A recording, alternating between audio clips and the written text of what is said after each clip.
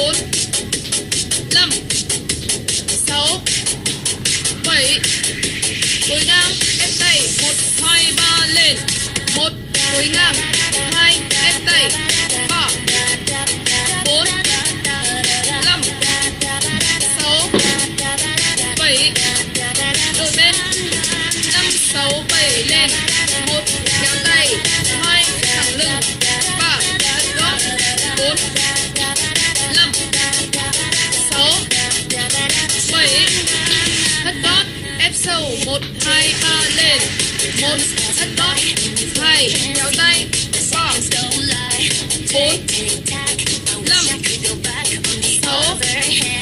7 đổi bên 5 6 7 lên 1 2 3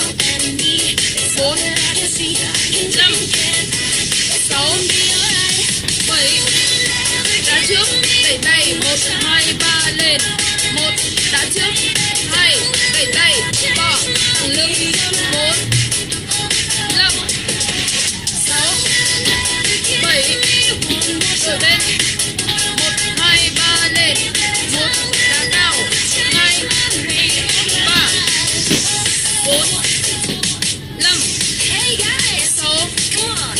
7 đá ngang ép tay 5 6 7 lên 1 đá ngang